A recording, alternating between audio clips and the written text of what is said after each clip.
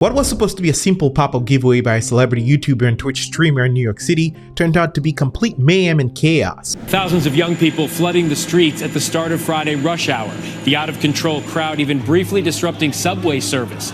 All of this after social media star Kai Cenat, with 20 million followers, on Twitch promising fans free PlayStation 5 gaming systems, gift cards, and more at the city's Union Square Park. Are you surprised at what's going on with this being the pathology of humankind? All you have to do is let them do it and they'll do it. The mayhem and riots we constantly see happening in the major cities of this country is the sign that this nation has completely turned its back on God. If you make a law that allows people to kill, they'll kill. Hitler allowed people to kill, they killed. Stalin allowed people to kill, they killed. Hirohito allowed people to kill, they killed. Supreme Court allows people to kill, they'll kill. Why? Verse 15, their feet are swift to shed blood.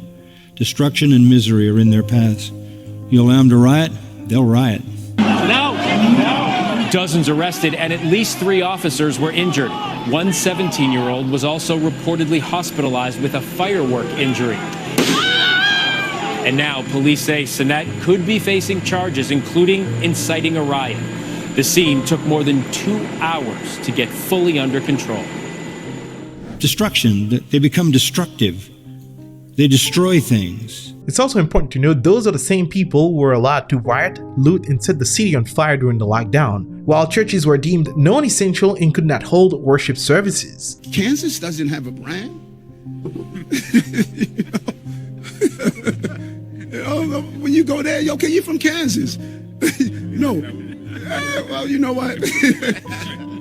But New York has a brand. As Mayor Eric had made fun of a small city such as Kansas, he proceeded to say that New York City has a brand. I can't help but wonder what exactly is that brand? A city with a brand where homeless migrants sleep in the streets of Manhattan? A city with a brand where people loot, riot, steal, and burn down everything in their way? A city with a brand where criminals face no consequences for their crimes? No, I would not call that a city with a brand. The New York City Police Department decided to arrest Kai Cenat, the YouTuber who organized the giveaway. It's got an update from the NYPD, and here's what we know tonight. According to police, Kai Cenat will be charged with multiple counts, including at least 2 counts of inciting a riot and unlawful assembly. At least 3 officers were injured and 65 people have been arrested. We have live team coverage tonight. Stephanie Bertini is taking a look at all that damage done to the neighborhood and businesses. But let's start with Teresa Priolo live in Union Square with the latest from police. Teresa. Yeah, Natasha, Union Square is back to normal tonight, as you can see behind me, and that is remarkable considering what unfolded here just a few short hours ago. What began as basically a pop-up giveaway by a celebrity YouTuber devolved into a massive riot involving teenagers and kids. It became a total mayhem. We were like huddled behind a tree because people started running and there was really no which way for us to go.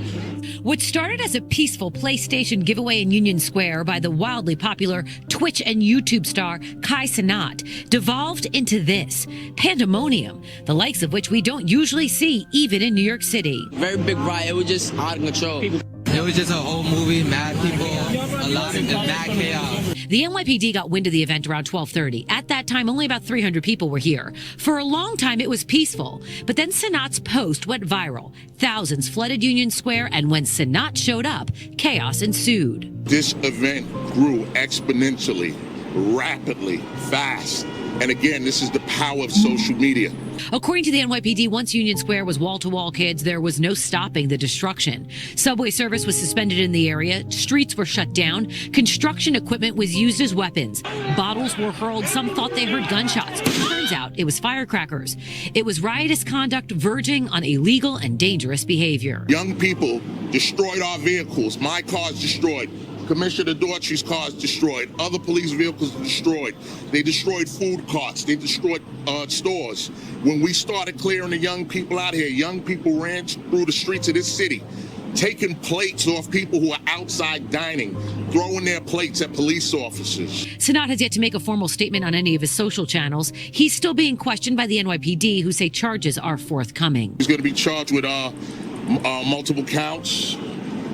At least 2 counts of inciting a riot. 65 people were arrested today, 30 of them underage. Cenat boasts over 20 million subscribers on Twitch and millions more on YouTube and other channels. He's a kid from the Bronx who made it big during the pandemic, reaching the kind of fandom rarely experienced by even some of the biggest celebrities and entertainers in the world. Are you surprised at what's going on with this being the pathology of humankind? All you have to do is let them do it and they'll do it. All you have to do is pull off the restraints and this is what you're going to get. Because this is the natural expression of the unredeemed human heart. Everything from an argument between two people that ends up in a shooting to a war that results in the death of 85 million people is the product, the behavior of this kind of character. Another city that has the same exact problem is the city of Chicago. But according to the mayor of Chicago, it's offensive to call those people mobs of rioters. I'm grateful again that the men and women who serve this city on the front line are providing the type of system of care that's going to be necessary in order to bring structure and calm in the city. Quick follow-up, when you say trends, what do you mean? Can you give us an example of a couple of the trends you're seeing? Oh, you're not aware of some of these large gatherings? You're talking about the mob actions? No. That's not appropriate. We're not talking about mob actions. I didn't say that. What happened? Okay, hold on a second, okay? Respectfully. These large gatherings, just hold on a second, y'all. I promise you, we have time to talk. It's important that we speak of these dynamics in an appropriate way. This is not to obfuscate what is actually taking place. But we have to be very careful when we use language to describe certain behavior. There's history in this city. I mean, to refer to children as like baby Al Capones is not appropriate. So let me finish, please, okay? What I'm saying is that when you ask for very specific examples, there have been other attempts to have large gatherings, and we've intercepted those attempts. It's pretty clear based on public data, not to mention the legacy of Lori Lightfoot, that Chicago is in a very, very bad shape. Case in point, as Walmart leaves Chicago as they simply cannot turn a profit in the area, do they blame the mass locust-like looting, the natural disaster-like destruction, the cage fighting at the checkout, and not even metaphorical flooding, just actual flooding? Did the politicians in charge think, hey, maybe your poor policies on crime are bringing in the literal apocalypse of shopping in Chicago? Nah, Chicago mayor used to cover for looters like this. So you're not condoning looting? I'm saying that people are acting out of desperation.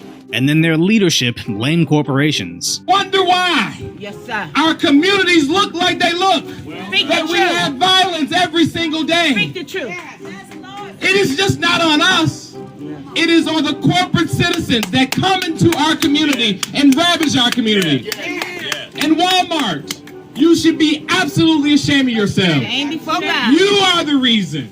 We should not have to go out of our communities to find jobs. We should not have to go out of our communities to get medicine. We should not go out of our communities to be able to shop. We should be able to do all of this in our community. Right here. We deserve. And we deserve.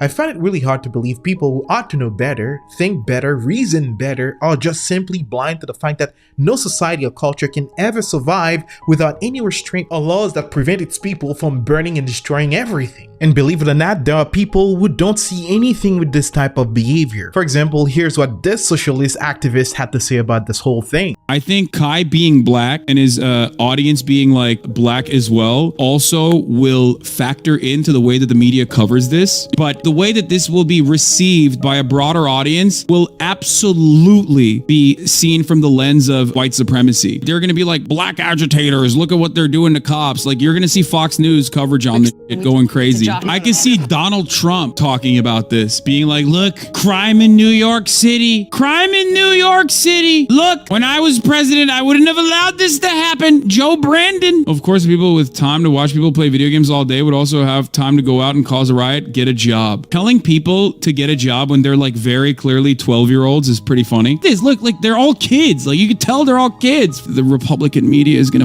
they're gonna make mincemeat out of this. They'll be like, look at all these Zoomers that are out of control. Look at all these black teenagers that are out of control. Crime is out of control. This is the narrative that they'll run and make it a larger issue. Here's what's happening right now. They're getting things under control by arresting them. The maximum amount of violence, if there was no crowd crush or anything that happened there, the metric ton of violence that will occur on this day will happen at the hands of cops. You have to be living in a different universe to be thinking the same way that gentleman is thinking. But after all, this is the generation of Romans chapter 1. They will call evil good and good evil. And if we're being honest, we need to properly assess the fact that there is a large number of black teenagers in this riot. And the question that comes to mind is, why is there a large number of black teenagers as opposed to other ethnicities? There are issues in the black community, for example, that we know contribute to some of the disparities. For example, when you have almost 75% of black children born out of wedlock, and we know that regardless of a person's ethnicity,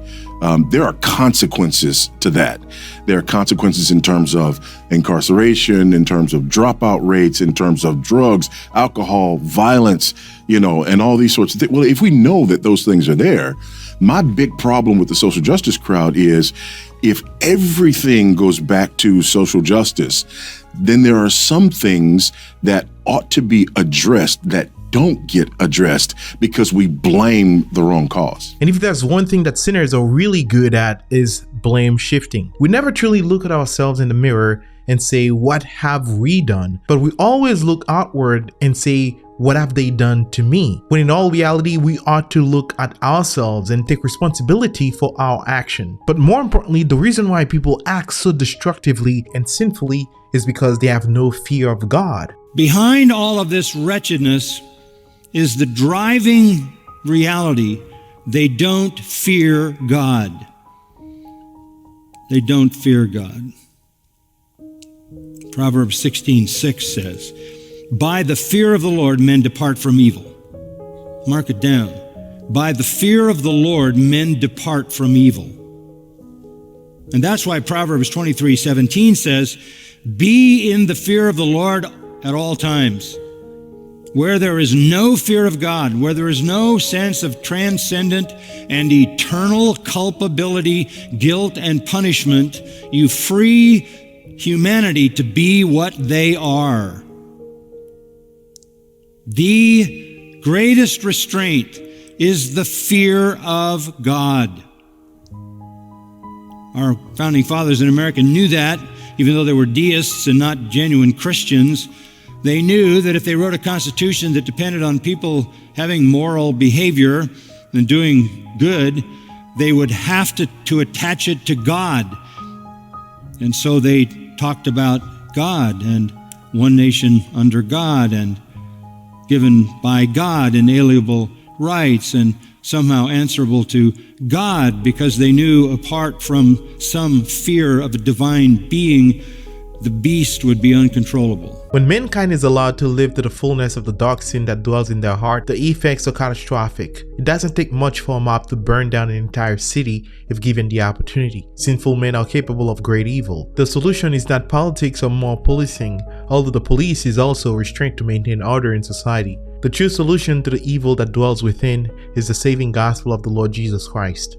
The idea that children, when they're being brought up, they have to be taught how to behave before they believe. Exactly what you're talking about here. And in order for that to happen, you've got to have a structure, and not just a structure, but that structure of the family actually has to have a direction. Otherwise, children are just sort of left to their own devices. So again, this goes back to what we're talking about with the idea that we need structure, that we need order, that we need leadership, that we need mentoring, that we need discipleship, but that we also need a standard. You know, one of the things that is so odd about sort of the current moment is that we constantly say what we pursue is diversity. We want diversity and we have to recognize other people's diversity. But what we've actually done is we've flattened human beings into androgynous widgets who apparently have the same level of development from the time they are one to the time that they die. And so we treat children like they are adults, but they are genderless adults who can make full decisions about everything on their own at the age of 5 without any sort of previous rules or structures. And that's not the way that life actually works. I mean, as you are pointing out correctly, in my view, life is a series of roles, and those roles are provided to you by your biology, which was implanted in you by God. And that is the way that society works. And when we sort of arrive on this earth and we're told, make your own way without any of those structures, you're no better off than, and there's an actual phrase that's used in Hebrew called tinok shenishba, a baby born in a forest. The idea is that a baby born in a forest has no actual moral obligations because there's no structures around them. It's literally the biblical excuse for not being responsible for your own sin. And we've created an entire society of babies in the forest by deliberately removing the parents and the home and this church and structures from around them. And then we wonder why people are wandering around aimlessly. And they're insecure, and they have more problems with mental health than any other generation has ever had before. We've got a society basically where people have quieted their own conscience by deciding that they're better than their conscience says they are. We've got a society of people raised without the discipline, the love, the stability of a home. And now they're running around in this country in all directions, and it's left to the police to try to make some sanity out of this chaos. These are people that have evil hearts to the core. We all do. But they haven't been restrained by the gospel, the transforming power of Christ. And only the gospel can tame the minds of men driven by the darkness in their heart. Only the gospel can shed light in their mind, darkened by sin. Only the gospel of Jesus Christ can save those lost souls. That's the only solution for this culture. Nothing else will save them, lest it be the gospel of the Lord Jesus Christ. This is it for this video, and let me know what you guys think in the comment section. Please visit our website, thegospelofchrist.info, where you'll find all of our merch and information about our ministry. Subscribe to our Patreon, follow us on Rumble and Instagram. And as always, with love in Christ, John Henry with the Gospel of Christ.